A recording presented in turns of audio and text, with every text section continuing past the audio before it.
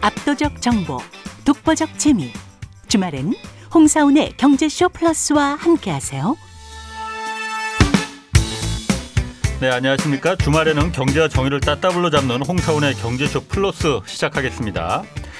자, 주식시장에서 이제 더 이상 저가 매수는 안 된다. 또 개미들의 포트폴리오를 이제는 다시 짜야 할 때가 왔다. 이런 얘기 많습니다. 오늘 그래서 이 내용 좀 자세히 짚어보겠습니다. 자, 유튜브 런던 오빠의 진행자, 전직 애널리스트 김희욱 연구원 나오셨습니다. 안녕하세요. 반갑습니다. 런던 고라니였는데 별명을 좀 바꾸셨네요. 네, 지금 중차대한이 국면에 우리 증시가 있기 때문에 네. 진지하게 다시 반인 반수 캐릭터를 버리고 다시 인간으로 돌아와서 주린 여러분들을 좀 지켜드리는데 애쓰고 있습니다. 오늘 한번 지켜보는 걸로 네. 런던 고라니에서 이제 탈피해서 오빠로. 그렇습니다. 알겠습니다. 자, 그리고 네. 여기에 맞서는 여의도 영원한 여동생 여의도 꽃사슴 오윤혜 씨 나오셨습니다. 네, 여러분 안녕하세요. 오윤혜입니다. 요즘 제 악플이 많더라고요. 저 여자 내가 계속 못 나오게 하는데 왜 계속 나오느냐. 요즘만 보셨나 봐 댓글을. 아니 이제 플러스의 정체성이 제가 있잖아요. 주린이의 입장이잖아요. 그렇죠. 그래서 제 머리를 자르고 꽃사슴이 네. 털가리를 요즘 제가 너무 많이 똑똑해지셔서 많은 분들이 짜증이 많이 나시는 것 같아요. 지금 머리와 머리를 자르면서 제 뇌도 반을 또 비우고 왔습니다. 초심을 잃지 않게. 반씩이나 비우셨어? 네. 큰일 났네 오늘. 네. 자, 우리 런던 오빠 각오 단단히 하시고. 알겠습니다. 자, 이거부터 좀 물어볼게요. 요즘 코스피 안 좋습니다. 네. 그런데 코스닥은 그렇게 또 안 좋은 건 아니거든요. 네. 이게 좀 달리 가는 것 같아요. 주식시장이 코스피나 코스닥이나 네. 다 같이 안 좋아야지 왜 코스닥은 그래도 괜찮을까? 이거를 이제 전문가들은 예. 중소형 개별주 장세다 예. 얘기를 하는데 저는 이걸 반대로 얘기하면 더 가까이. 네. 충분히 가까운 것 같은데. 네. 입맞춤이라도 네. 여기다가 우량주 장기 투자에 대한 믿음이 많이 깨졌기 때문이다라고 생각합니다. 늘 말씀드리지만 주식은 위험 자산이거든요. 그렇죠. 굉장히 위험한 자산이죠. 그 누구도 가치를 보장할 수 없고 예. 또 가치 저장 수단으로서의 기능이 굉장히 약합니다. 네. 예. 그렇기 때문에 지난 이제 코로나 팬데믹 이후에 계속 상승장에만 그 주린 여러분들이 익숙해져 있다가 요즘 조정에 못 견디고 계시는데 네. 당연히 이제 그러다 보니까 우량주를 좀 피해가지고 단기 모멘텀이 있는 중소형주를 공략하자 예. 이런 쪽으로 다시 원래 개미 투자자들의 플레이로 예. 돌아간 것이라고 보고 일단 우리나라 지금 보면 삼성전자에 물려 있는 주린이 분들이 저는 제일 안타까워요. 예. 왜냐하면 삼성전자라는 이 브랜드 자체가 누가 봐도 글로벌 우량 기업이잖아요. 그렇죠. 네. 근데 그런 우량 기업도 위험 자산 주식이랑 조합이 되니까 이 유전에 있어서 우성 열성 이것처럼 그 우량 기업도 위험 자산 앞에서는 그 성질이 죽고 위험 자산으로 변해버렸다. 예. 그래서 삼성전자 같은 경우는 외국인들이 지속적으로 좀 매도하고 있잖아요. 기관들도 그래요? 매도합니다. 예, 오. 기관들은 이제 어차피 국민연금 이제 위주로 해가지고 예. 한국 주식 비중을 줄여야 되니까 그런데 외국인들의 경우는 삼성전자 이제 액면 분할하기 전에 평균 매입 단가가 한 250만 원 정도라고 봐요. 예. 지금으로 치면 5만 원인 거죠. 오. 그러니까 그 위에서 외국인들이 살 이유가 없고 그럼에도 불구하고 그러네. 이제 공매도로 롱숏을 좀 번갈아 하면서 비중을 예. 조절을 하면서도 롱숏이 뭔가요? 사고 팔고를 이제 반복하면서 예. 어. 공매도를 이제 우리나라에서는 뭐 죄악시하지만 사실 예. 외국인들 입장에서는 그 외국인 기관에서 쓰는 그 HTS를 보면 매수 매도로 안 돼 있고 거기에 롱숏으로 돼 있습니다. 그러니까 여기는 주식이 없는 상태에서도 매도 주문을 내는 거를 뭐 당연시하기 때문에 약간 선매도 느낌으로 외국인들이 삼성전자 하방으로 계속 누르고 있는 것이고 글쎄요. 그 외국인들 입장에서는 지금 외국인 삼성전자 비중이 51% 중반대 초반대 지금 왔다 가면서 하면서 비중 조절하고 있는데 예. 그러는 과정에서 개인 투자자들의 심리가 많이 취약해져 있는 것이 사실이고 그런 관점에서 봤을 때 삼성전자가 사실 액면 분할하고 나서 주당 100원이거든요. 액면가가. 네. 100원짜리 주식이 지금 7만 원, 6만 원 왔다 갔다 하는 것도 사실은 충분히 정당화할 만한 이슈가 좀 확실히 받쳐주지 않는 이상 힘들다. 그래서 어쨌든 대형주 우량주에 대한 믿음이 좀 많이 깨진 상황에서 중소형 개별주 위주로 또 여기가 주가가 싸요. 코스닥이. 그렇죠. 코스피 평균 주식 가격하고 코스닥하고 보면 5배 차이 나거든요. 코스닥은 주당 평균 가격이 한 6,000원 후반대, 그리고 코스피는 한 3만 원 중반대 정도 되니까 5배 차이 나는 거죠. 그러니까 저 여기서 질문 하나만 해드릴게요. 예. 코스닥, 코스피에서 만약 코스닥은 그 중소형 개별주? 회사잖아요. 예. 그걸 많이 사가지고 네. 그 회사의 가격이 높아졌어요. 그럼 코스피로 편입되나요? 코스닥하고 코스피는 상장 요건이 달라요. 그래서 이제 코스닥에서 그 얘기한 대로 이제 주당 가격이 올라가는데 액면 분할도 하지 않고 조금 회사의 이미지 쇄신을 위해서 코스닥에서 코스피로 이전 상장한 경우도 물론 있습니다. 이전으로 상장해야 예, 되는 거예요? 그렇습니다. 아, 네, 감사합니다. 네. 네, 모르셨죠? 아이 알았어. 아, 그래요? 알았어요. 왜 그래? 아, 네. 아니 우리 네. 오윤의 어린이에게 희소식이 하나 있어요. 뭐죠? 제가 이제 맨날 과연 주식기를 공부를 한다고 해서 돈을 잘 벌 수 있느냐 막 얘기하잖아요. 네. 아니 솔직히 영국에서 어느 날 갑자기 바람이 안 불어서 네. 원전적으로 다시 관심이 가기 시작했다는데 이런 걸 공부해서 알 수 있나요? 그러니까 유럽 같은 경우에는 일찌감치 이제 친환경 에너지 발전 비율을 높여가지고 예. 영국의 경우는 풍력, 태양광 이쪽이 이제 한 25% 정도 발전 예. 비중을 갖고 있었는데 네. 어느 날 바람이 안 불기 시작해가지고 어떻게? 풍력이 안 돌아가잖아요. 네. 이런 거를 공부해서 맞출 수 있나요? 그래서 이제 우리나라 이제 소형 원전 관련주들이 최근에 다시 반등하고 있는데 그 중에 대표적인 게 이제 두산중공업 같은 거. 예. 이게 원전 관련주다 보니까 탈원전 때문에 작년에 뭐 3,000원까지 갔다가 예. 갑자기 이제 올해 원전 수출 늘어나고 소형 원전 관심 생기면서 다시 3만 원까지 올라갔고 우와. 그러다 또 개인들이 거기 왕창 올라타니까 이제 다시 조정받아가지고 뚝 떨어졌다가 요즘에 다시 이제 또 반등하고 이렇게 N자형으로 막 움직이고 있는데 네. 그 두산중공업이 2007년도에 15만 원까지 갔었습니다. 이 코스피인가요, 이거는? 코스닥. 코스닥이요? 코스피죠, 코스피죠. 그래서 이제 이걸 가지고 우리가 와. 3,000원에서 15만 3만 원까지 갔던 건 좋은데 네. 히스토리를 보면 15만 원짜리 주식인데 거기에 몰려 있는 분들에 비하면 네. 지금 뭐 가치 투자, 장기 투자 사실 개인들의 믿음이 많이 흔들린 상태죠. 그리고 코스닥 지수 자체가 지금 천스닥을 지키냐 마냐 가지고 우리 싸우고 있는데 이것도 역시 이제 2000년대 초반 그 IT 버블 때 코스닥 최고점이 2,900이었습니다. 그러니까 그때 들어가신 분들은 지금 사실 그렇지. 천스닥이고 뭐 이런 얘기가 의미가 없는 거예요. 그래서 항상 주식은 위험 자산이라는 걸 잊지 마시고 네. 우리가 자녀들한테 위험한 사람과 어울리지 말아라. 위험한 장소에 가지 말아라. 항상 이렇게 위험에 대해서 경계하라고 가르치면서 자녀들 이름으로 주식 같은 위험 자산을 사주면서 위험 자산에 대한 경계감을 또 약간 흐트러뜨리는 약간 이런 거에서 좀 생각을 해봐야 되고요. 하여튼 그 아무리 우량한 그 기업이든 뭐 어떤 것도 재료든 주식이라는 위험 자산이랑 조합하면 다 위험으로 바뀐다. 왜 그거 있잖아요. 그 수조에다 잉크 뭐 떨어뜨렸을 때 뭐 그 얘기 있잖아요. 네? 그만큼 혼자 마시는 얘기인 것 주식이 같은데. 위험 자산이라는 걸 아는데 근데 그래서 어쨌든 공부를 한다고 주식을 잘할 수 있느냐? 저는 사실 그거는 조금 그 힘들다고 보고 예. 영국에서 예. 투자 수익률 대회가 열렸었어요. 네. 근데 왜 뭐 월가에서 약간 사람의 어떤 뭐 주식 그 예측 능력을 희화화하기 위해서 뭐 원숭이랑 펀드 매니저 대결했는데 원숭이가 이겼다 뭐 이런 거 얘기하잖아요. 근데 이거는 진짜로 어떤 심리학자가 예. 그 어떤 투자자의 심리를 기초로 해가지고 어떤 성과가 나오는지를 보기 위해서 굉장히 안전장치도 마련하고 그래서 투자 수익률 대회를 이제 3명의 참가자 네. 참가번호 1번 4살 어린이 어머나. 참가번호 2번 무속인 참가번호 3번이 증권사 브로커 예. 이렇게 셋이 이제 수익률 대회를 했어요. 네. 5,000파운드가 주어졌고 똑같이 그 다음에 FTSE 100 지수라는 우리로 치면 코스피 200 같은 우량 종목들이 들어있는 그 중에서 종목을 고르도록 했습니다. 결과 어떻게 됐을까요? 저는 2번. 무속인? 저 1번. 저는 1번으로 황상훈 기자님은 가겠습니다. 또 샤머니즘을 좀 좋아하시는 분이었네. 요즘 무속이 또 유행이라. 아, 그러니까요. 그렇습니다. 예. 전 1번이요. 1번. 역시 저요? 우리 오윤의 어린이가 찍어도 맞췄습니다. 맞잖아요. 4살 어린이가 1등을 했어요. 아, 대박. 그 4살 어린이의 종목 선택은 뭐였냐면 이제 아무래도 이제 어린이 4살이니까 글도 잘 모르고 하니까 모르죠. 이렇게 실로 모빌처럼 만들어 가지고 종목을 쭉 매달아 놓고 골라봐. 예뻐 보이는 근데 거야. 물론 이제 거기에 FTSE 100 지수 안에 들어 있는 기업들이니까 다 우량한 어느 정도 기업들이긴 하죠. 그러니까 그렇게 해서 골랐고 그다음에 2번 무속인의 경우는 서양에도 우리나라 사주처럼 점성술이라는 게 있잖아요. 그래서 이 회사의 설립 연도, 그다음에 이 회사 사장님의 생일 같은 거를 가지고 점성술을 사주풀이. 쳐서 어떤 회사가 기운이 길하냐 그걸로 종목 피킹했고, 그다음에 증권사 직원 3번 참가자 같은 경우에는 낙폭과대 종목. 그 차트 같은 거 봤을 때 너무 많이 떨어졌는데 이 정도면 지금 저가인데 그렇게 해서 투자했는데 증권사 브로커가 꼴찌를 했습니다. 그런 이런 거 보면은 자료들만 조사하시는 것 같아요. 그런 거 보면 그 좀 회의가 드는 게 네. 지금 우리가 지금 하고 있는 이런 경제쇼나 그러니까요. 여러 가지 경제 방송들 요즘 많잖아요. 네.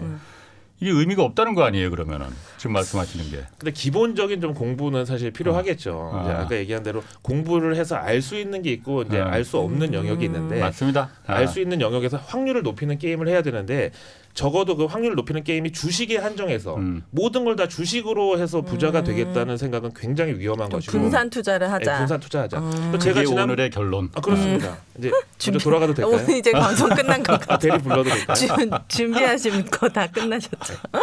지난번에 제가 출연했을 때 네. 분명히 여러 가지 말씀드렸지만 분산 투자하십시오. 네. 그때라도 만약에 달러나 금이나 아니면 가상화폐 그것도 이제 발행량이 어느 정도 컨트롤 되는 가상화폐 그런데 투자하셨던 분들은 지금 아마 주식에 올인하셨던 분들보다 훨씬 더 수익률이 좋으실 거예요. 그리고 그때도 추석 전후로 해서 한번 충격이 온다고 말씀드렸잖아요.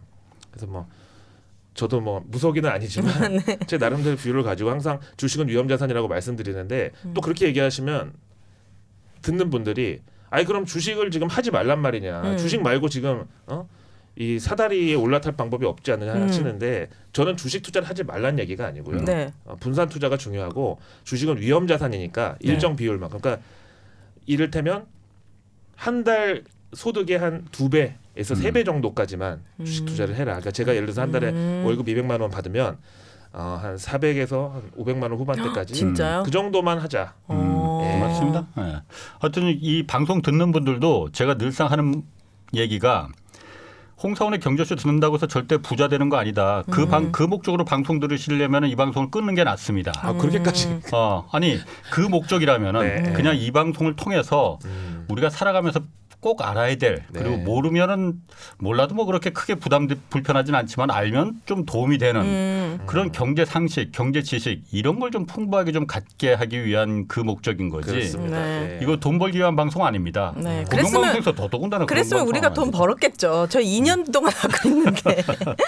출연료를 벌었잖아요. 그만큼 근로소득이 소중한 출연료 겁니다. 얼마 되지도 않아요 또 윤혜 씨. 자꾸 아픈 곳을 찌르시는 거예요. 네. 자 그럼 제가 어쨌든 코스피 지금 그 마음의 상처 입으신 분들 많은데 그렇습니다. 아니 이거는- 우량 주식 그리고 장기 투자는 성공한다고 하는데 네. 장기 투자를 하려고 마음 먹었다가도 불과 지금 한 9개월 동안에 30% 마이너스를 보니까 우와. 그렇지. 1월 달에 9만 6천 전자에 들어가신 분들 그다음에 현대차 28만 원에 들어가신 분들 뭐 많아요 이거 말고도. 그럼 대한민국을 대표하는 우량 기업들에 투자를 했는데 이렇게 수익률이 마이너스 20% 30% 나는 경우 또 그다음에 중간에 카카오 규제 이슈 나오면서 네. 카카오 또 고점에 물린 분들 많잖아요. 네. 근데 전문가들이 우리 생활 주변에 가까이 있는 기업을 투자하면 실패가 없습니다. 네. 네. 대체 불가능한 기업은 실수할 일이 없습니다. 네. 네. 근데 우리 솔직히 카카오 안 쓰는 분 없고 그러니까요. 뭐 휴대폰, 노트북 뭐 집에 가면 다 깔려 있는데 그런데도 그런 규제 이슈 앞에서 그냥 아무런 저항 없이 그냥 무너져 버리잖아요. 그러니까 그런 게 과연 공부를 한다고 알 수 있느냐. 아무리 2차 전지 K 배터리 공부를 해도 어느 날 갑자기 테슬라에서 우리는 중국산 LFP 배터리를 채택하기로 했습니다. 그 한마디에 그냥 다 무너지잖아요. 그래서 이제 우리가 경제 상식을 알고 네. 시장에 대응한다는 관점으로 가야지 네.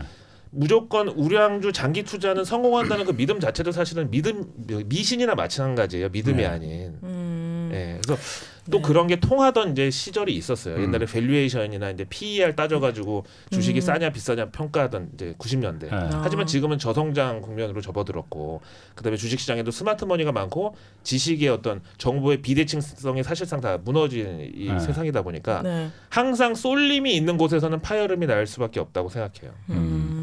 뭐 하여튼 첫 번째 질문에서 지금 너무 지금 곁가지로 많이 퍼져나갔는데 네. 어쨌든 그 아까 그 카카오 얘기는 저는 네. 그 공부해서 하는 게 아니고 근데 저렇게 될 줄 알았어. 아, 그래요? 네. 카카오가 그러니까 혁신적인 기업이고 네. 우리가 많이 누구나 다 쓰는 그런 기업이지만은 네.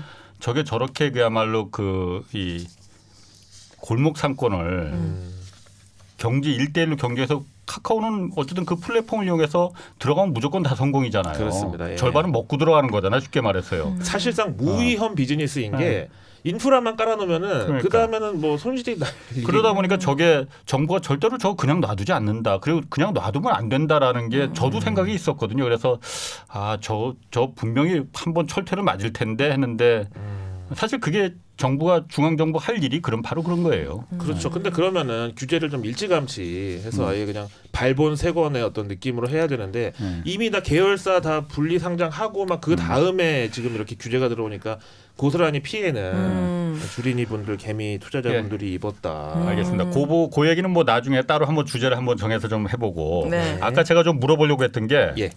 이번에 국감에서 나 그런 거 나 처음 보는 것 같은데 네. 내년 주가 지수를 예측을 했더라고요. 그러니까 3,470 이렇게 수치도 정확하게 진짜요? 예상을 했어. 예. 이제 국정감사에서 뭐 홍사훈 기자님도 국회 출입도 해보셨으니까 알겠지만 의원실에서 네. 어떻게 하면 좀 섹시하고 네. 핫한 정보를 부처에서 뽑아내가지고 이거 보도 자료를 내서 주목받을 때 그렇지. 항상 예. 이제 그게 그분들의 예. 어쨌든 국정감사를 대하는 진심인데 네. 이번에 한 의원실에서 기재부에다 요청한 자료에 내년 코스피 코스닥 그리고 내년 부동산 시장 전망까지 물어보는 질문이 있어서 기재부에서는 당연히 본인들의 어떤 내부 자료를 공개를 하면서 이게 세상에 나온 거예요. 예. 기재부는 이제 예산을 항상 편성을 해야 되니까 네. 그렇죠. 우리가 주식 거래할 때 거기서 또 거래세 내잖아요. 예. 그다음에 부동산도 마찬가지. 그러니까 그 세원을 확보할 어떤 명분으로 내년에 어느 정도까지 가니까 이 근거로 그 시장 전망에 대해서 본인들이 갖고 있던 자료를 지금까지는 안 밝혔는데 올해 이게 이제 드러나가지고 세상에 나왔는데 물론 이제 이 수치를 가지고 정쟁의 거리로 삼으면 기재부에서 너무 그 예산 편성 확보에 대해서 장밋빛으로만 그러니까 다 좋아질 거니까 거기에 맞는 세수도 늘어날 것이라고 그렇게 좀 현실과 동떨어진 전망을 한 게 아니냐는 비판도 있어요. 예. 근데 어쨌든 기재부에서도 이 자기네들이 파악한 정보를 이번에 공개했는데 네. 내년 코스피 지수를 예. 3,470포인트. 그러니까 올해 3,300이 이제 최고점이었고 사상 최고치였는데 이거를 넘는다. 예, 우와. 경신할 것으로 봤고 코스닥은 1,100포인트로 지금보다 역시 한 10% 정도 올라갈 것으로 봤어요. 그 다음에 부동산 시장 전망에 대해서는 집값이 5% 내년에 추가 상승한다고 또 봤고요. 부동산도 더 추가 상승한다고. 그렇죠. 그래서 다 기재, 오른다. 그렇지. 그래서 기재부의 입장에서는 그러니까 우리나라 이제 한국은행 금리 인상 올해 2번, 예. 그다음에 내년 상반기에도 빠르면 2번 더 할 거니까 이제 기준금리가 1.5%까지 올라간다고 해도 예. 자산 버블은 조금 더 지속될 것이다. 그 연준의 양적 완화 규모 축소를 의미하는 테이퍼링이나 아니면 연준의 금리 인상이 내년 하반기에 올 거라는 시나리오를 감안해도 네. 자산 시장의 어떤 상승세는 조금 더 지속된다. 이렇게 본 거예요. 이런 예측들이 그동안 맞아왔었나요? 올해 같은 경우에는 이제 기재부에서 전망한 이제 코스피 뭐 3,200 후반대 정도 봤는데 달성은 했지만 평균 지수로는 미달을 했죠. 그럼 3,470 그 기재부에서 지금 예측하는 거는 네. 그 런던 오빠가 보시기에는 어떻습니까? 그 그럴 듯합니까? 기대보다는 좀 생각했던 것보다는 좀 실망하는 분들 많이 있을 것 같은데.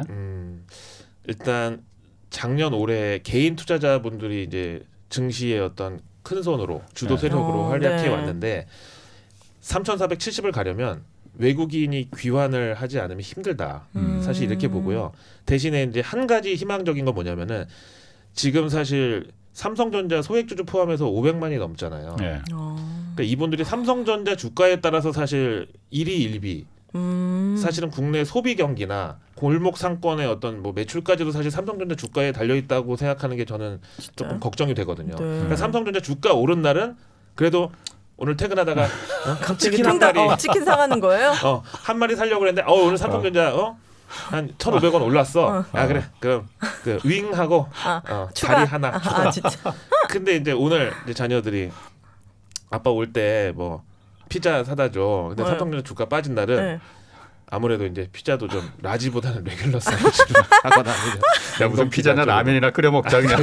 그러니까요. 오늘 기운 안 난다. 10명 중에 한 명이 갖고 있다는 그게 이제 거네요. 걱정이에요. 예. 오. 그래서 뭐 홍사원 기자님도 아시겠지만 이 여의도 경기라는 얘기가 있었어요 옛날에는. 그러니까 증권가 쪽에는 주식 화랑일 때는 밤 늦게까지 막 포장마차서부터 뭐 오. 유흥주점까지 막 달 돌아가고 예. 고깃집도 옛날 같으면 뭐 이제 삼겹살 먹을 것도 증시 화랑일 때는 막 그 소고기 먹고 이러다가 증시가 안 좋고 뭐 IMF 때 이럴 때는 분위기 험악하죠.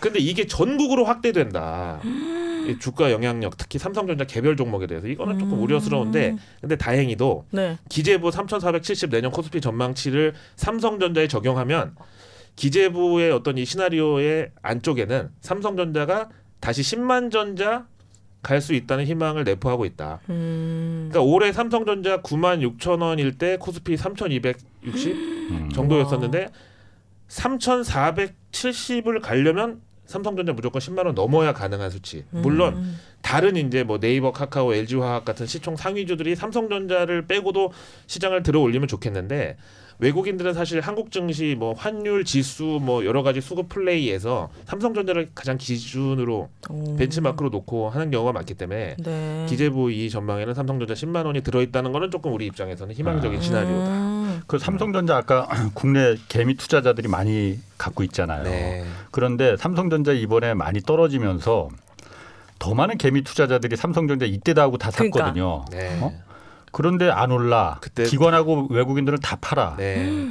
자, 그러면 아까 제가 오프닝에서도 말했듯이 저가 매수 전략은 이제 더 이상 통하지 않는다. 뭐 이런 얘기. 그게 지금 이걸 말하는 겁니까, 그러면은? 단기적으로 저가 매수 전략이 안 통한다고 얘기하는 건 아니고요. 네. 일단 개인 투자자들에게 있어서 그게 이제 상승장일 때와 하락장일 때 어떤 느낌이 다른데, 네. 이를테면 이제 바닷가에 바다 낚시하러 갔는데 밀물 썰물이 있어요.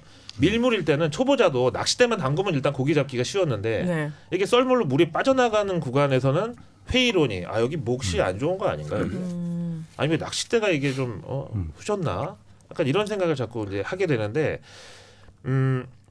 말씀하신 대로 개인 투자자들이 대거 몰렸을 때는 항상 그 다음에 주가 급락이 왔고, 외국인 입장에서는 한국 주식 하기 너무 편할 것 같은 거예요. 왜냐면 어차피 한국 주식 거래하는 뭐 아시아의 뭐 홍콩, 싱가포르에 있거나 아니면 국내에 들어와 있는 외국계 증권사, 뭐 운용사 이런 사람들 대부분 한국말 잘하는 검은머리 외국인들이잖아요. 네.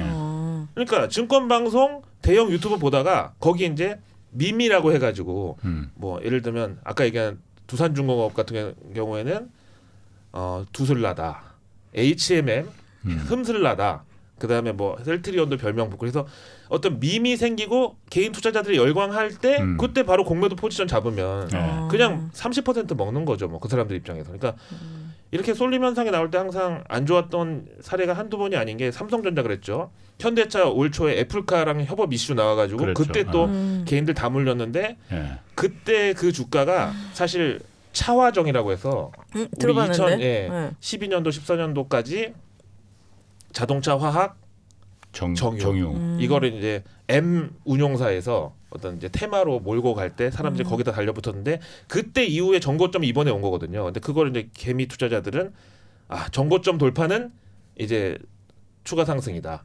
거기다 애플카랑 협업한다고 해서 그때 다 올라탔던 분들 그대로 물려버렸고, 그다음에 LG전자의 경우도 항상 그 LG전자 휴대폰 사업부에 대해서 여기가 안티다 막 얘기 많았잖아요. 네. 근데 마침내 휴대폰 접겠다고 이제 발표했을 때 올랐잖아요.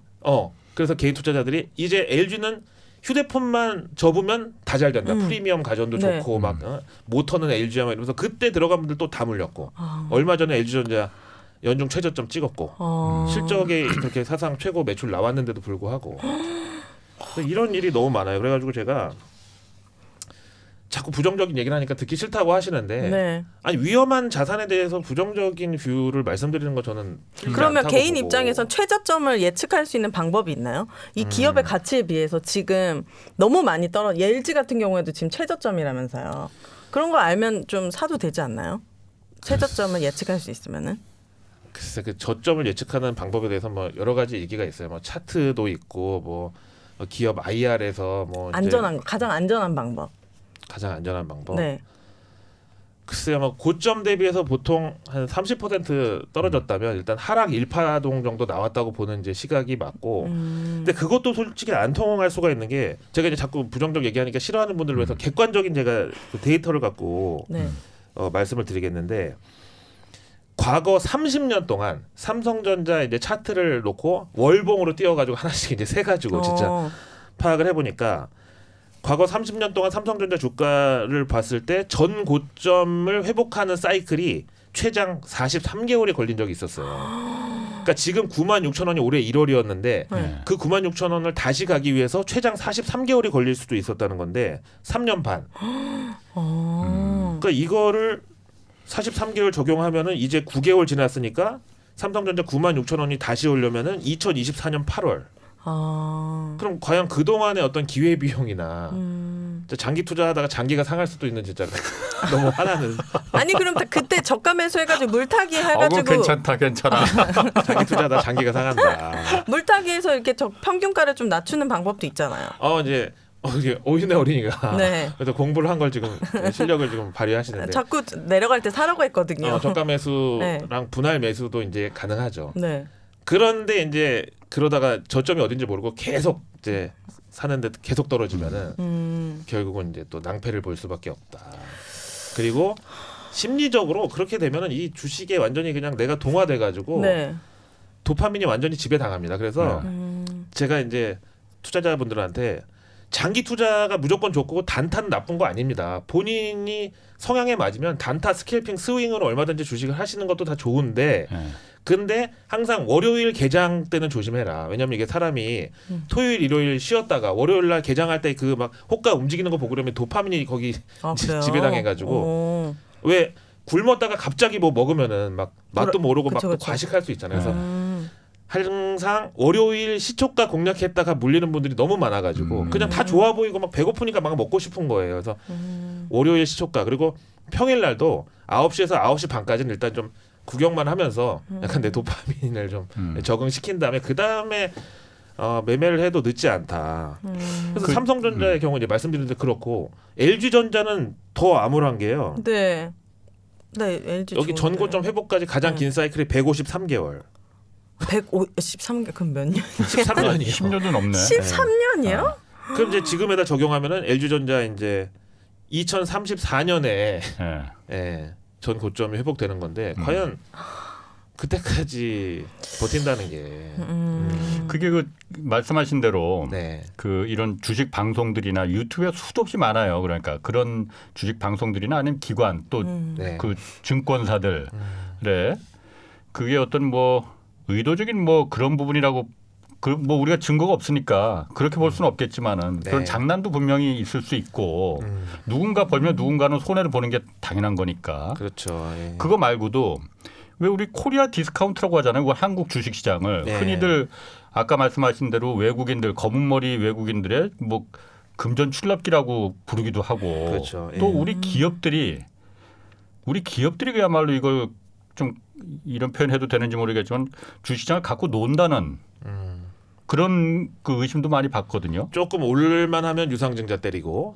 또 분할하고. 예, 회사에서 사업 분야 중에 어떤 거 하나가 이거 유망하다 빵 터졌다 그러면 회사 분할하고 그러니까.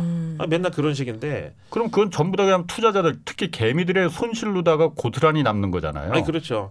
저는 절대 공매도를 뭐 미화하는 사람도 아니고 상속세 폐지를 주장하는 뭐 경실련의 입장을 100% 뭐 수긍하는 사람도 아니지만 아까 얘기한 대로 기관하고 외국인은 공매도를 통해서 그 한국이라는 이 코리아 디스카운트에서 본인들이 수익을 내는 방법을 계속 지금 구사하고 있는 거고 그게 좋다 나쁘다라는 이제 판단보다는 예. 물론 공매도 상환 기간이 무기한인 거는 이제 이거 좀 제도적으로 개선이 필요합니다만 그다음에 이제 그 재벌이나 뭐 대기업 같은 경우에는 이 상속세를 내기 위해서는 주가가 너무 높아도 상속세가 올라가니까 예, 지분을 이제 물려주고 뭐 자녀한테 뭐 상속을 하고 양도하고 이런 과정에 있어서 어쨌든 주가가 올라가는 걸 바라지를 않아요, 그분들이. 그리고 또 이제 경영권을 뭐 물려줬을 때 그러고 나면 이제 지분이 희석되니까 경영권을 계속 안정적으로 확보하려면 지분을 늘려야 되잖아요. 예. 그럴 때 주가가 높으면 돈이 많이 들잖아요. 그러니까 계속 아니 오너 일가가 그 회사의 주인이라고 할 수 있는 오너 일가가 주가가 올라가는 걸 달가워하지 않는데 주가가 어떻게 오르겠습니까? 그 공매도는 다른 나라에도 있는 제도인가요? 당연히 다른 나라에도 있고 네. 예, 우리나라처럼 이제 제도적으로 시장에 큰 충격이 있을 때 한시적으로 금지를 할 수는 있습니다만 아까 얘기한 대로 우리 말로 공매도 그러면 약간 공짜 자체가 어감이 뭐 공갈 협박 약간 이렇게 뭐 공포 막 이렇게 해서 공짜 자체가 어감이 안 좋은데 외국에서도 기관 투자자들은 이제 공매도라는 사실 이게 없는 걸 막 빌려서 판다 이런 또 부정적인 개념도 없고 그냥 그 어떤 자산이든 롱이나 숏이냐. 그러니까 상방이냐 하방이냐 마음대로 선택해서 포지션을 넣을 수 있다. 대신에 공매도는 한번 거꾸로 잡으면은 손실이 무한대로 날 수가 그렇죠. 있어요. 예. 왜냐면 이제 뭐 어떤 이제 주식을 1,200원에 샀는데 빵원이 됐어요. 그러면 손실률 100%잖아요. 네. 근데 그 1,200원짜리 주식을 떨어질 줄 알고 어떤 기관에서 공매도를 쳤어. 근데 이게 계속 올라가요. 10,000원, 100,000원이 가. 그러면 손실도 무한대거든요. 무한대지. 그래서 하여튼 상속세 이슈도 여기에 들어있고 그 다음에 코리아 디스카운트 요인 중에 제일 큰 거는 그 사실 원화 어떤 시장 규모가 너무 작은 거. 그러니까 우리나라 인구도 사실 적고 저는 만약에 대한민국 신용 등급이 부정적 관찰 대상 내지는 강등까지는 한꺼번에 안 가겠지만 조금 신평사들이 안 좋게 볼 수 있는 요인 중에 제일 큰 게 바로 인구. 인구하고 출산율 예. 감소 그래요? 이게 크다고 봐요. 음.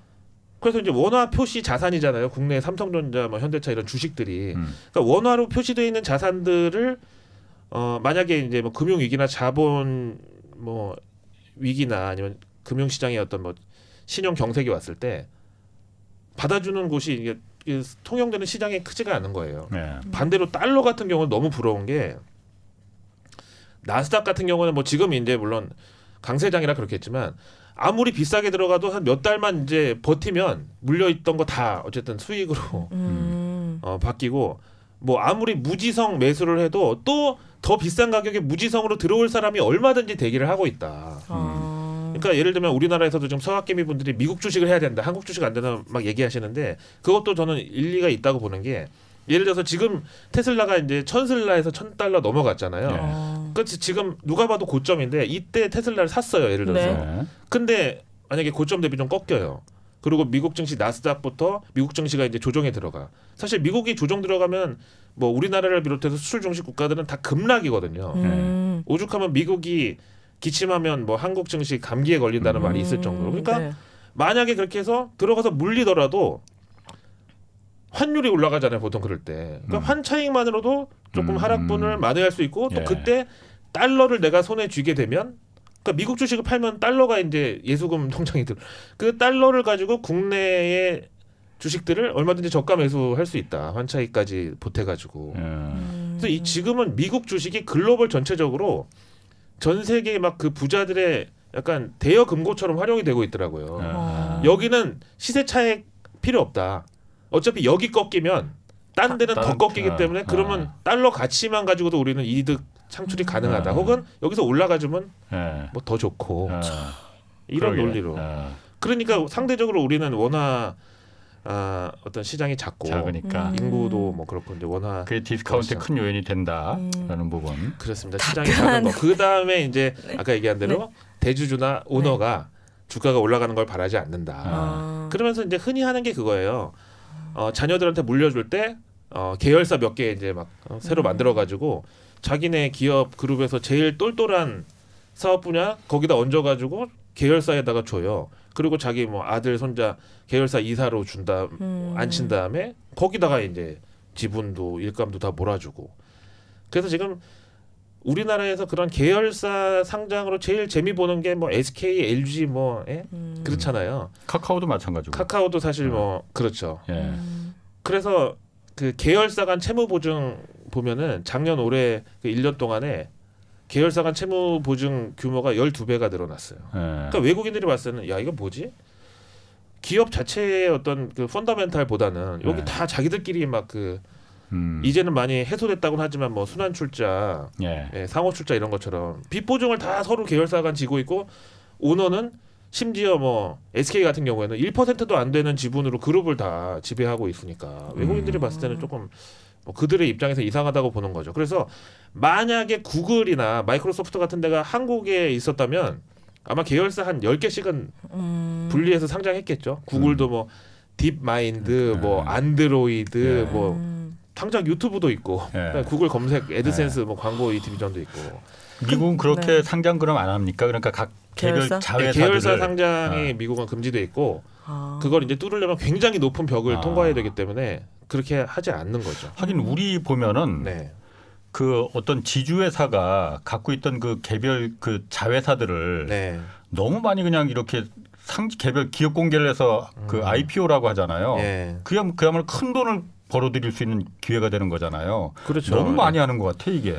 근데 그러니까 카카오 같은 경우 얘기하셨지만 카카오는 이제 지주사입니다. 예. 카카오 그러면 카카오톡의 기술을 갖고 있는 회사라기보다는 이제는 그 많은 계열사의 지분을 간접 지배하는 지주사라고 봐야 되는데 예, 예. 지주사 디스카운트라고 불러요. 예. 그러니까 여기는 돈을 벌어도 자기네 그 수익으로 100% 잡히지 않고 계열사에서 어차피 다 그렇죠. 회계를 나눠 갔기 때문에 계열사 디스카운트를 따지면 지금 카카오가 고점 대비 그렇게 급락한 것도 언젠가는 일어날 일이었다. 근데 규제 이슈가 어떤 트리거 역할을 했다. 그러니까 그런 갖고 있는 계열사가 이제 독립해서 따로 상장을 해버리면은 예. 원래 이제 엄마 기업, 모기업은 주가가 내려갈 거 아니에요. 당연하죠. 그게 거기로 떨어져갔으니까. 당연히 밸류에이션이 빠져나가게 분할이 되니까 예. 당연히 그럴 수밖에 없죠. 근데 국내 대기업들 다 거의 지금 뭐 지주사 성격이고 네. 예.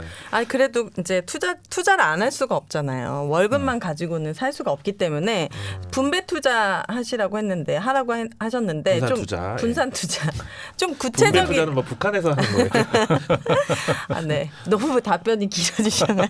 아, 예, 예. 좀 구체적인 팁 주시면 안 돼요? 사실 막 금이고 채권이고 이런 거 저한테는 배당도 배당주 많이 하셨잖아요. 좀 그렇죠. 추상적으로 요즘 찬바람 들려가지고 불면 배당주 사라고 그런 격언이 있다면서요. 그렇습니다. 증권가에서도. 찬바람 불면 호빵이었는데 원래 네. 지금 찬바람 불면 런던 오빠 이러실 거예요, 자꾸. 옛날 사람. KBS 나오셔가지고 이렇게 두 분 유머 코드가 너무 잘 아까 맞으시네. 호빵이라고 한 거야? 네, 호빵이요. 정말 그건 아니다. 찬바람 불어오면 호빵의 계절이었는데 좀 구체적인 팁 좀 주세요. 분산 투자. 갑자기 팁을 달라고요. 네, 우리는 우리 다 그거 출연료 받는 사람끼리 무슨 팁을 아니 뭐 주식 뭐 50% 하고 나머지 이제 어떻게 또 투자하고 배당주는 무슨 매력이 그러니까 있고. 찬바람 불면 왜 배당주 사했다 그거 궁금하더라고요.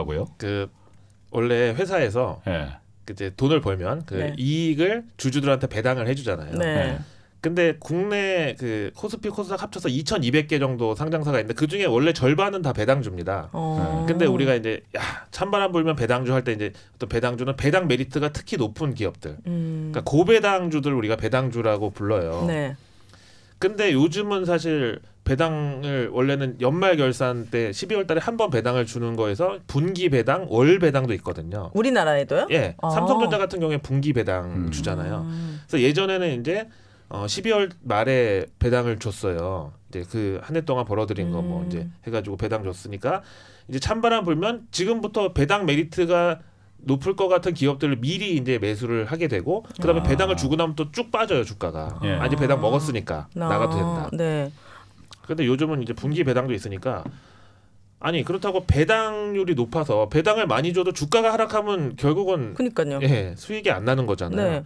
그럼 제가 늘 말씀드리지만 은행 예금 금리가 뭐 요즘 많이 올라갔긴 했어도 그래도 뭐 1%대니까 삼성전자 배당률이 3% 후반 4%인데 삼성전자에 투자하는 게 이득이라고 얘기를 하는 그런 논리가 저는 정말 대한민국 금융 역사의 흑역사로 남을 최악의 발언 중에 하나라고 생각해요. 아니 어떻게 원금이 깨질 수 있는 그 투자 대상의 이 수익률하고 원금이 보장되는 자산의 이익률을 동일 선상에 놓고 비교를 하느냐 이게 말이 안 되는 거거든요. 네. 네. 예를 들면 전세인 줄 알고 들어갔는데 여기가 관리비도 적게 나오고 좋대요. 예. 근데 나중에 알고 보니까 깔세였다는 거야. 깔세는 뭐지? 뭐예요? 이제 보증금에서 까는 거죠 월세 지금. 그 얼마나 KBS 황당하겠어요. 나오셔가지고 깔세라니요 지금. 아, 이거 실전 깡패 이거 현실 네네. 투자 용어예요. 그랬을 때 그 사람은 보증금이 보장되는 줄 알고 예. 그랬는데 갑자기 전세금 없다고 하면 얼마나 황당하겠어요. 그러니까 예. 그 배당도 사실은 뭐 좋은 그 투자 방법 중에 하나일 수는 있는데 네. 이거야말로 초장기 투자를 하시는 분이 아니면 조금 조심해야 될 필요가 있겠고 네. 배당률이 심지어 30% 넘는 것도 있어요. 근데 이런 회사들이 갑자기 그 다음 분기에 영업 정지 뭐 그 주식 거래 정지나 예. 그럼 원금이 다 날아가는 거네 그냥. 그럴 수 있죠. 예. 그 원금 잘 보장되면서 배당 주는 그런 기업 알려주시면 되잖아요. 아니 그게 뻔하게 이제 뭐 삼성전자, 뭐 SK텔레콤, 뭐 미국의 배당주는 뭐 존슨앤존슨 같은 뭐 그 그런 기업들. 그래서 흔히 또 유행했던 것 중에 주식으로 건물주 같은 투자가 가능하다 그래서 기업마다 분기 배당인데 뭐 3, 5, 7, 9, 12에 주는 데도 있고 뭐 2, 5, 6 뭐 이렇게 주는 데도 있고 그러니까 그거를 이제 여러 개 섞어가지고 보유하면 매달 이제 배당을 나오는구나. 받을 수가 있잖아요. 네. 그런 뭐 배당 투자도 가능하다고 했었는데 어쨌든 그것도 약세장에서는 조삼모사가 될 수도 있다. 그럼 요즘 또 금리가 이제 올라가잖아요. 네. 그러니까 그 뭐 한국은행에서 11월 달에 뭐 금리 또 올릴 가능성도 있고 네. 금리가 올라가는 시기에는 이 배당은 그 금리하고 또 상관이 있습니까? 사실 금리는요. 예. 인플레이션과 같이 움직이잖아요. 예. 그 인플레이션이 올라갈 때는 솔직히 기업의 실적도 좀 디스카운트를 하는 게 맞아요. 왜냐하면 화폐 가치가 떨어지는데 똑같이 1조를 버는 거라도 예. 인플레이션이 올라갔을 때 1조는 좀 디스카운트 하는 게 이 밸류에이션을 측정하는 데 있어서 맞잖아요. 예.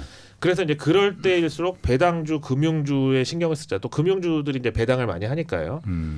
그렇게 얘기를 하는데 사실은 금리 인상기에 있어서 지금 우리가 이미 뭐 한국은 시작이 됐고요. 네. 금리 인상기에는 주식이 반드시 안 좋다. 뭐 저는 그렇게는 또 아니라고 봐요. 그래서 네. 지금 이제 예를 들어서 야 그럼 항상 뭐 얘기하는 게 주식은 위험 자산인데 안 할 수가 없어서 지금까지는 했다. 그러면 이제 금리 인상기는 주식이 여기서 계속 떨어지고 우리 무조건 내리막길이냐, 뭐 손절해야 되는 거냐 물어보시는데 꼭 그렇게 볼 수는 없지. 예, 그렇게 볼 수는 없고요. 일단 금리 올라가고 채권 금리가 상승한다고 해서 채권의 투자 메리트가 올라갈 수는 있겠지만 그렇다고 주식시장이 반드시 안 좋은 건 아니고 그렇게 어떤 이분법적으로 볼 필요는 없다. 그래서 저는 예. 만약에 시황을 저한테 뭐 물어보시면 제가 시황 담당 애널리스트였고 저는 업종이 아니었으니까 예. 뭐 회광 반조가 됐든지 간에 어쨌든 연말 전에 한 번에 또 랠리는 올 수 있다고 생각해요. 예. 그래서 지금 이제 미국 국채 금리도 상승하고 있고 채권 투자 메리트가 올라가니까 예전에 뭐 그레이트 로테이션이니 뭐 이런 말 유행했을 때 주식에 있던 자금이 빠져서 채권으로 다 간다. 그러니까 저는 이거 생각해 볼 필요가 있겠는 게 미국 국채나 독일 국채 같은 건 사실 그래봤자 금리 1%대거든요. 그러니까 예. 대형 기관들이 그 1% 금리를 뭐 먹으려고 그렇게 뭐 10년물이면 10년을 그렇게 그 채권을 사서 보관하고 뭐 30년물이면 30년을 보관해서 그 만기 때까지 가져가서 뭐 이런 게 전혀 아니고요. 이를테면 독일 국채 분트 같은 경우는 금리가 마이너스거든요. 예. 그러면 오히려 그 채권을 보유하면서 이자를 받는 게 아니라 보관료처럼 돈을 우리가 내야 되는데 금융사가 손해 보는 장사를 할 리가 있습니까? 그렇죠. 일단 미국채, 독일 분트, 독일 국채 같은 거는 담보 가치를 많이 인정받고 이게 또 그 통용되는 시장이 커요. 예. 그러니까 미국 국채를 안전자산으로서 보유를 하되 이거를 담보로 맡기고 이제 그 담보에서 나온 자금을 가지고 또 위험자산을 거래하고 심지어는 파생상품 뭐 월가 IB들이 잘하는 게 그거예요. 미국 국채, 독일 국채 이런 선진국 국채나 안전자산을 일단 비중을 가지고 가야죠. 예. 어떤 일이 있을지 모르니까 그 대신에 그걸 담보로 맡기고 그 돈을 가지고 FICC니까 뭐 픽스드 인컴, 뭐 커머더리 커런시 이런 거 상품, 외환 뭐 이런 그 다른 금융 상품에서 수익을 올린다 파생 이거죠. 같은 약간 하이리스크 하이리턴의 상품도 또 돌립니다. 예. 그래서 채권 금리가 올라가니까 주식은 빠질 거예요. 이런 거는 사실 외국계 IB의 어떤 플레이를 모르고 예. 그러니까 자꾸 주식하는 사람은 야 뭐든지 주식으로만 하라 그러고 부동산 하시는 분은 야 그거 땅 사야 된다고 막 돈 있으면 막 이러고 채권 하시는 분은 야 이제 채권은 거짓말 안 해 막 이러는 것처럼 약간 어떤 하이브리드 전략을 우리가 감안하면 네. 반드시 채권 시장에 돈이 간다고 해서 주식 시장에 빠지는 건 아니고 이제 지금은 그 미국 금리 인상을 앞두고 나서 아직까지는 그래도 조금 더 높은 수익률의 자산에 예. 한 번 더 이제 메이저들이 뽑아 먹어야 되기 때문에 바로 이렇게 뭐 증시를 떠날 것 같지는 않아 보인다. 주린이들을 위해서 질문을 하시고 난 다음 답변을 좀 짧게 해주시면 안 돼. 이게 너무 막 갑자기 국채 나오고 이러니까 너무 힘들어요. 치고 들어와. 그때. 제 장기가 지금 너무 아니, 힘들어요. 우리 셋이 네. 투자 수익률 대회 하면은 네. 1등할 확률이 제일 높은 게 오윤혜 씨예요. 지금. 아, 그럴 것 아까 같아요. 영국에서 얘기했잖아요. 질문이 뭔지도 모르겠어. 그래서 어린이. 뭐, 4살 어린이의 어떤 마인드로 우리 이길 수 있다니까요. 그러니까 배당주도 어쨌든 아니다. 원금이 보장되지 않기 때문에 그거죠. 그러면 어떻게 해야 돼? 메리트가 네. 다른 주식에 비해서 올라가는 시기이긴 하다. 네, 하다. 그렇죠. 그렇지만 배당률 자체가 이 회사가 좋은 회사인지 나쁜 회사인지를 대변해 주는 것은 결코 아니다. 배당을 많이 주고 회사 실적이 다음 분기에 나빠지거나. 그럼 어떻게 투자해야 돼요? 빨리 그것만 얘기해. 투자하고 계시죠? 런던 오빠님도. 어떻게 저는 하고 국내 계세요? 주식은 안 하고 있어요. 아, 국내 주식 안 하시고. 네. 그럼 미국 주식만 하시나요? 미국 바이오 몇 개에다가 배당을 받고 있습니다. 아, 그다음에 뭐 다른 거 채권, 금, 뭐 비트코인 이런 거는요. 좀 이제 구체적으로 좀 저는 얘기 철저하게 국민연금 포트폴리오에 맞춰서 4411로 하고 있어요. 4411. 4가 뭐예요? 주식. 4 또 나머지는. 채권을 하는데 개인이 채권하기가 힘드니까 채권형 펀드 하고 그다음에 뭐 연금보험 같이 어떤 원금 보존 추구형의 포트폴리오 40%. 그리고 1은요? 10%는 대체 투자. 그건 뭐죠? 막 그게 금 이제 같은 가상화폐가 건가? 달러 됐든 이런 뭐 거. 달러가 됐든 뭐 금 ETF가 됐든 뭐 외화 예금이 됐든 뭐 이런 거. 그다음에 나머지 10%는 네. 바로 환금이 가능한 예금? 입출금이 됐든 아유, 막 꽃사슴불로 그냥 막 들이받아. 아니 이렇게 구체적으로 알려주셔야지. 왜냐면 어쨌든 런던 오빠님에게도 그 이렇게 주식에 약간 비관적인 분이니까 어떻게 투자하시는지 궁금했거든요. 40% 정도만 하시는군요. 네. 오. 아니 뭐 그렇게 뭐 많이 비관적이라기보다는 그러니까 그렇게 비관적이라고 조심해서 하라는 거지. 너무 이거에, 지금 막 낙관론 쪽으로 네. 쏠려 있으니까 저는 네. 중심을 잡아드리려고 하는 거지. 네.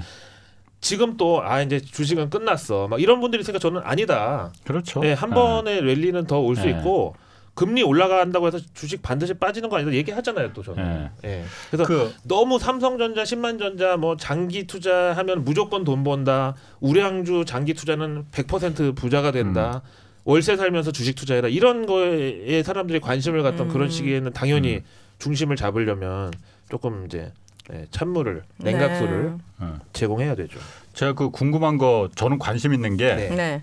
그 주식을 투자하더라도 이렇게 공격적인 그냥 도 아니면 뭐 해서 예. 나는 원금 다 까줘도 좋아. 그냥 뭐가 무조건 가능성 있는 거를 해. 이런 거는 정말 위험하고 그런 거는 좀 지양해야 된다고 보고. 도 아니면 뭐 하다가 도만 나와도 되는데 백도 나와. 자꾸 KBS 나오셔가지고. 신용 우리 아름다운 백도까지 민속놀이 용어야. 괜찮을 것 같은데. 괜찮아요? 아름다운 민속놀이의 용어입니다. 그래서 그래서 신용까지 뭐 물어보냐. 신용까지 질문 해가지고 저점에서 신용까지 물 탔는데 네. 그 신용마저 이제 청산되고 털려 나가는 게 백도지. 네, 아니, 돈을 그래서, 오히려 박아야 되는. 잊어버릴 그 배당주 있잖아요. 네. 그게 저는 사실 관심이 많고 사실 그런 주식이 많이 좀 투자를 사람들이 좀 그 사는 게 낫겠다 싶거든요. 네. 근데 우리나라는 늘상 제가 뉴스에서도 많이 들었어요. 네. 배당에 인식하다. 인색하다. 우리나라는 인색하다. 주로 이게 주식 투자자들 입장에서도 배당 보고 그 투자하는 사람, 사는 사람은 그 맞아요. 별로 없다. 그냥 시세 차익이 목적이지. 네. 그런데 아까 말씀하신 대로 미국 주식 많이 사신다고 하셨잖아요. 네. 그리고 미국 배당 주식 사신다고 하셨잖아요. 네. 미국은 그럼 배당이 우리하고는 좀 다르죠? 배당률이 높아요. 높아요? 거긴 왜 높은 거예요? 그러면은 미국은? 우리는 왜 낮고? 일단 미국은 대형 기관 투자자들이 많고 뭐 예. 개인 소액주주 비중이 우리나라보다는 훨씬 이제 적기 때문에 기본적으로 그런 대형 기관은 뭐 투자 금액도 크게 들어갔잖아요. 예. 그러니까 투자 들어갈 때 어떤 배당이나 기본적인 그걸 회사하고 목적으로. 커뮤니케이션이나 뭐 이사회에 참여할 수 있는 그런 여지를 가지고 예. 배당을 가장 중요하게 생각하는 거고 예. 우리나라 같은 경우에는 무조건 시세 차익으로만 한번 이제 또 80년대 90년대 또 그런 경험이 있잖아요. 그렇죠. 예. 그리고 배당을 만약에 많이 준다고 해도 자꾸 증자해가지고 막 주식 풀고 예. 주식수 늘리고 막 이런 식으로 하면 또 결국 손해기 때문에 배당으로는 바라지 말자 이런 게 국내 투자자들한테는 인식에 좀 박혀 있지 않나. 예. 애플도 배당해 주나요? 배당하죠. 그래요? 예. 미국 주식 중에서 그럼 배당이 이렇게 좋은 거, 배당률이 높은 거.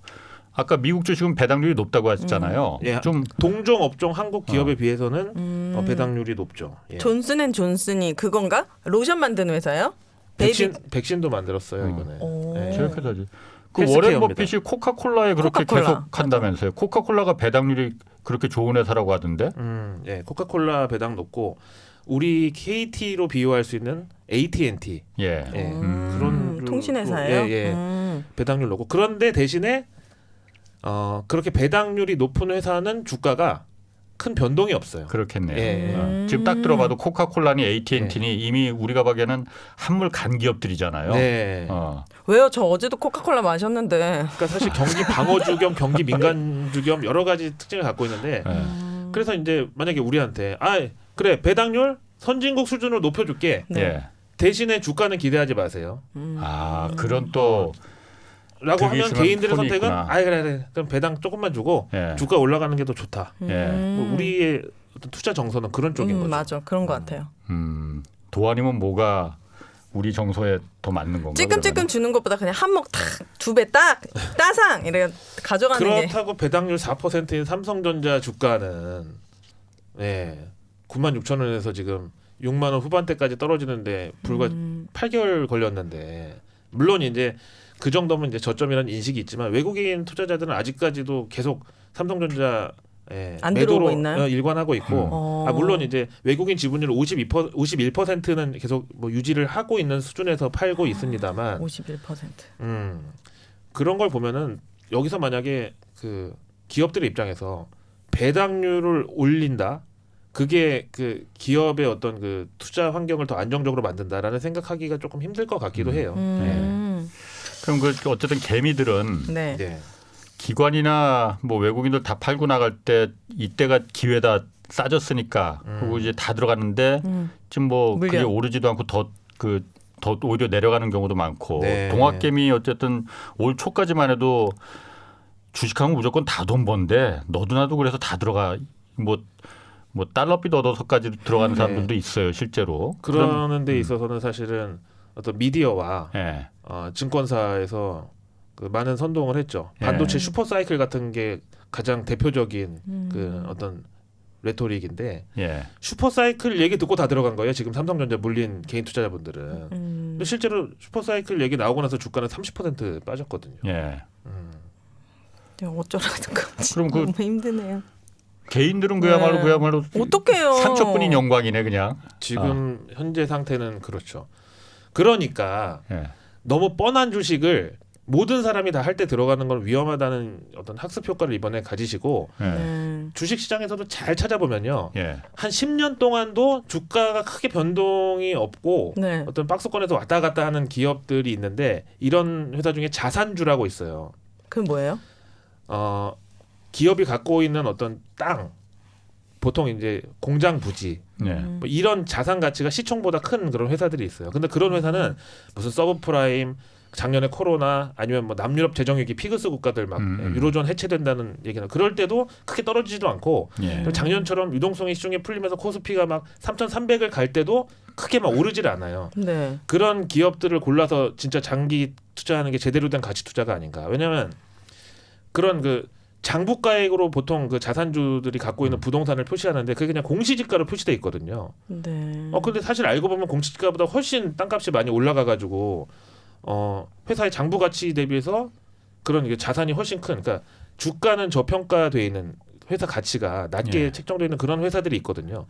그런 데는 아무래도 좀 위험 자산 중에서도 그래도 좀 안전한 가치 투자의 대상이 될 수도 있다. 근데 찾아야죠. 그러기 위해서는. 예를 들면 뭐 BYC가 한번 팬티? 예. 네. 거기가 이제 그 부동산을 많이 갖고 있는데 그래요. 부동산 가치가 이제 장부가액이 표시된 것보다 한 1.5에서 한 뭐 2배 컸다. 그래가지고 한번 확 관심을 받았는데 그런 건 이제 지금 또 들어가면 너무 뻔한 거니까 예. 그렇게 해서 어떤 내재 가치가 있는 회사들을 보는 게 저는 좋다고 생각하고 흔히 이제 바이오 같은 경우도 작년에 이제 코로나 터지고 나서 다 바이오에 쏠렸잖아요. 뭐 진단 키트, 백신, 코로나 예방약 등등. 근데 결국은 제대로 된 치료제 나오면 나머지는 사실 다 실패라고 보는 게 맞잖아요. 네. 그러니까 그럴 때도 이제 오히려 작년에 예. 그 바이오에 막 물 들어올 때 왜 이렇게 이건 또 바이오인데 이건 안 오르지? 예. 그러니까 코로나 외에 다른 거에 집중했었던 그런 회사들을 만약에 매수했다면 지금 나쁘지 않을 것이고 바이오가 그렇게 지금 많이 힘들 때도 너무 예. 휩쓸려 가지 말라는 게 포인트시군요. 그렇죠. 그래서 유행이나 어떤 이런 거에. 그런 딱 듣기에 어떤 내 도파민을 막 조종하려고 하는 그런 그 용어들이 있잖아요. 네. 아까 얘기한 대로 흠슬라, 음. 바다 위의 테슬라라고 막 해서 그 HMM을 흠슬라라고 불렀던 그때가 지금 보면 최고점, 예. 단기 최고점이었다. 그런 데는 다 누군가 의도가 있는 그렇습니다. 거일 수다 있다라는 거 얘기시죠. 내가 알게 됐을 때는 그렇지. 온 인류가 오윤회도 알고 있다. 내가 네. 아니 슈퍼사이클 들어봤죠? 들어봤습니다. 흠슬라 알지? 흠슬라. 네. 자, 알겠습니다. 오늘 거기까지 아유. 두 분 고라니와 꽃사슴 아주 네. 좋았습니다. 오늘 아주 동물농장 느낌으로. 네. 자, 지금까지 런던 오빠 김희욱 연구원 그리고 오윤혜 씨 두 분 고맙습니다. 감사합니다. 자, 주말에는 경제와 정의를 따따블로 잡는 홍사훈의 경제쇼 플러스 오늘 여기서 마치겠습니다. 고맙습니다.